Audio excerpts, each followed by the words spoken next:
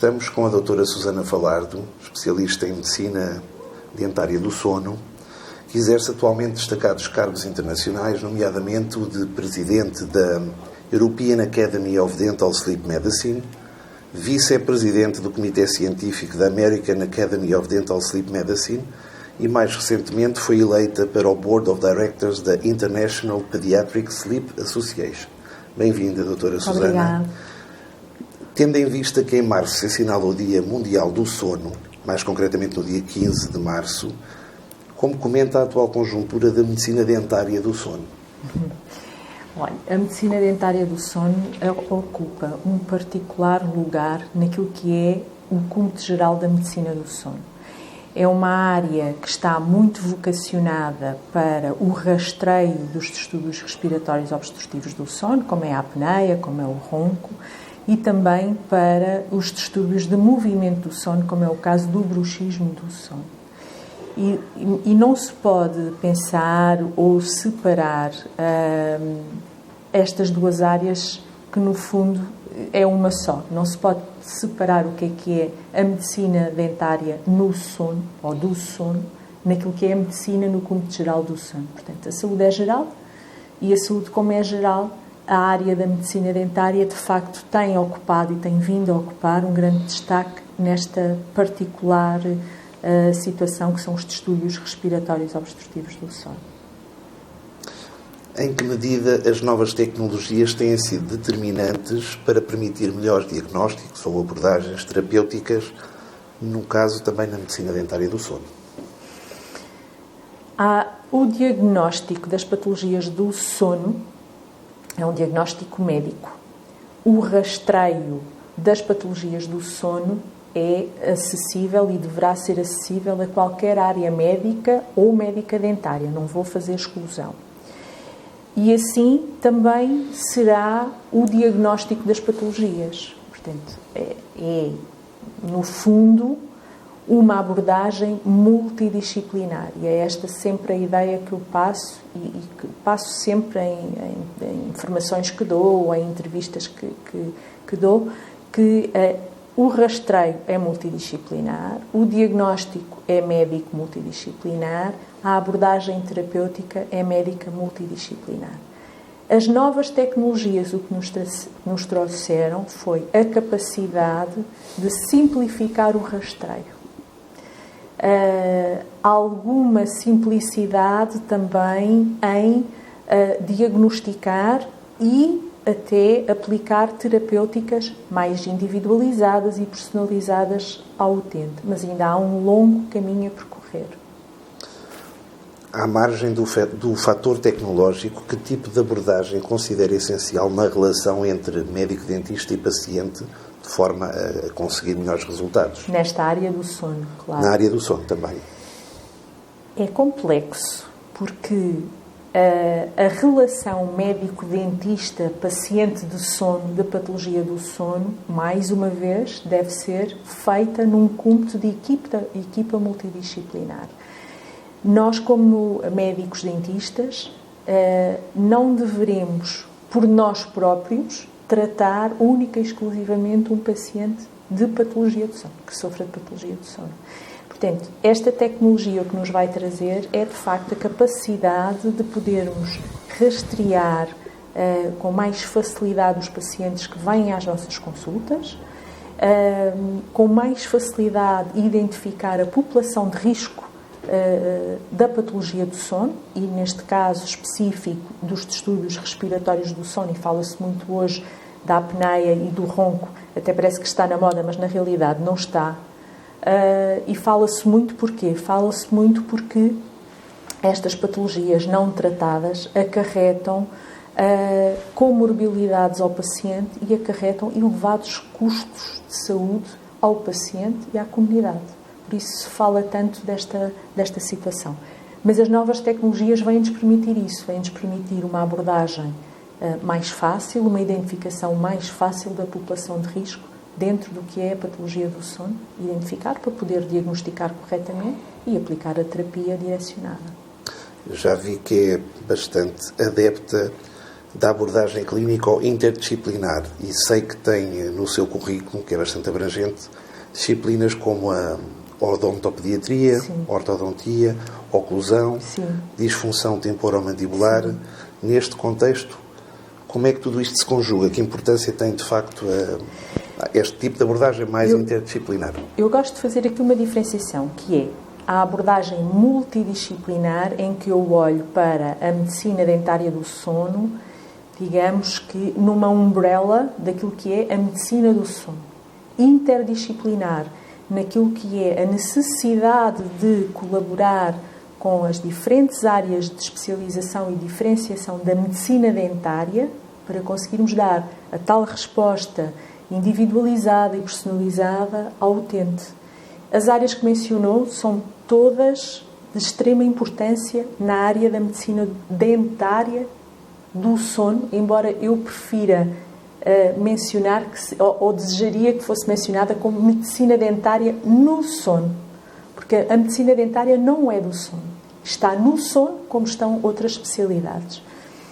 A inter-relação com as áreas que referiu, quer de competência sectorial, quer de especialização, são de toda a importância.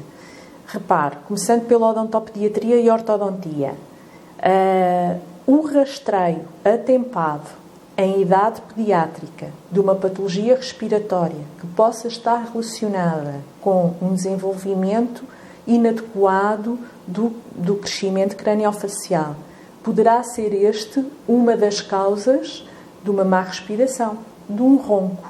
E, detectado atempadamente, nós conseguimos minimizar as causas, conseguimos minimizar os sinais e os sintomas desta patologia em termos da população. A população pediátrica é altamente afetada. Nós falamos a nível de prevalência e epidemiologia, nós falamos de cerca de 1 a 4% da população infantil entre os 2 e os 8 anos de idade são afetadas por distúrbios respiratórios obstrutivos do sono. E depois aqui a correlação que existe com a área da oclusão, da disfunção temporomandibular, porque hoje em dia sabe-se que o bruxismo do sono pode ser e pode atuar e surgir durante o sono como um mecanismo protetor a eventos respiratórios. Portanto, pode surgir de forma isolada. Isso terá, obviamente, diagnóstico diferencial. Portanto, mais uma vez, a importância de chamarmos aqui a oclusão, a disfunção temporomandibular, a esta abordagem. Também funciona de igual forma nos adultos. Portanto, nós trabalhamos na cavidade oral, nós trabalhamos na orofaringe. Portanto, nós conseguimos e deveríamos saber identificar os sinais de alerta do paciente que está perante nós, de forma a fazer um rastreio, encaminhar a um diagnóstico e aplicar uma terapia individualizada. Portanto, no fundo, acaba por estar aqui tudo ligado. Mas também está ligado à periodontologia, porque falamos de uma patologia respiratória altamente inflamatória, cujo processo de stress oxidativo é elevadíssimo a nível celular e que tem em comum mecanismos de biomarcadores metabólicos inflamatórios que são exatamente os mesmos da doença periodontal. Portanto, existe aqui uma forte relação dos distúrbios do sono a este nível inflamatório, crónico, com também patologias que possamos detectar em termos de cavidade oral. Muito bem. A nível da formação, nomeadamente da pós-graduação, há lacunas nesta área, ou seja, acha que é preciso investir mais neste campo? Refiro-me à tal ideia e conceito multidisciplinar. Nessa área, o que é que tem a dizer? Eu iria recuar um bocadinho mais, se me permite. Eu acho que existem lacunas a nível pré-graduado. Não há menção em qualquer formação médica ou médica dentária em sono, em medicina do sono. Portanto, os colegas que terminam hoje a formação, de uma forma geral, e eu já vou abrir aqui o parênteses, não têm formação em medicina do sono. Portanto, há que começar no ensino pré-graduado, dando ferramentas aos colegas de forma a poder identificar população de risco. Okay? Depois, o ensino pré-graduado está a começar com muita qualidade. Falta haver mais e falta protocolos de nivelamento de grau de dificuldade destes cursos. Ou seja, há muita discrepância no nível de horas teóricos, no nível de prática, nas matérias abrangentes, nas unidades curriculares abrangentes das pós-graduações, e isso deveria de estar parametrizado. É um caminho que a Academia Europeia de Medicina Dentária do Sono tem vindo gradualmente e lentamente trabalhando com os seus congêneres nacionais nesse sentido, de haver aqui uma parametrização de qualidade de ensino, mas é um caminho como todos os outros. Mas permita-me abrir o tal parênteses que ficou lá atrás no ensino pré-graduado. Está-se a inverter essa tendência e eu falo por experiência própria. Eu sou docente na Faculdade de Medicina Dentária de Viseu, da Universidade Católica.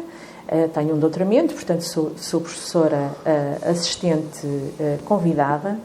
E de há um ano a esta parte tive a possibilidade de introduzir na unidade curricular a qual sou responsável, quer da ortodontia, quer da saúde oral comunitária, introduzir já alguma matéria de medicina do sono aos meus alunos que terão as ferramentas mínimas para identificar a tão dita população de risco adulta e pediátrica.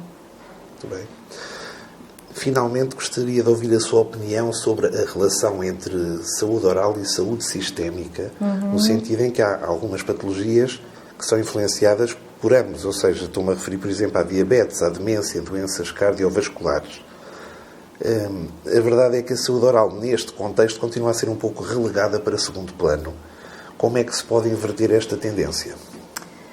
Olha, aqui há uns anos a Ordem dos Médicos Dentistas tinha um slogan que era: não pode haver saúde geral sem saúde oral. E eu acho que só por aqui respondia-lhe já à pergunta. Mas sendo eu médica, não é, vou dissecá-la. Então, não se pode separar as áreas. A verdade é essa. Falou em diabetes, em doença cardiovascular, e falou em demências. Se eu lhe disser que a diabetes e a doença cardiovascular são duas das três patologias com ligação fortemente identificada e de elevada evidência científica aos distúrbios respiratórios obstrutivos do sono, se calhar ficava surpreso com isto. Portanto, falar desta patologia, nós temos que saber de onde é que ela vem, e muitas vezes está associado ao diagnóstico ou ao não diagnóstico de uma possível apneia obstrutiva do sono. Por exemplo, se falarmos de demência e falarmos de privação de sono, sabemos hoje, à luz da evidência científica e dos múltiplos estudos publicados, que quem está privado de sono tem um maior risco de vir a sofrer de demências e de doença mental. Portanto, não estamos assim tão longe, na verdade. Portanto, na verdade, o que é que falta? Falta vontade política, primeiro. Falta vontade da tutela em educar a população, dar literacia em saúde à população e fazer perceber à população que é necessário olhar para a saúde como um todo, em todas as áreas. Falta carreira aos colegas da medicina dentária que estão no Serviço Nacional de Saúde e que não têm carreira. Portanto, eu acho que no fundo há falta de vontade. No fundo é isso.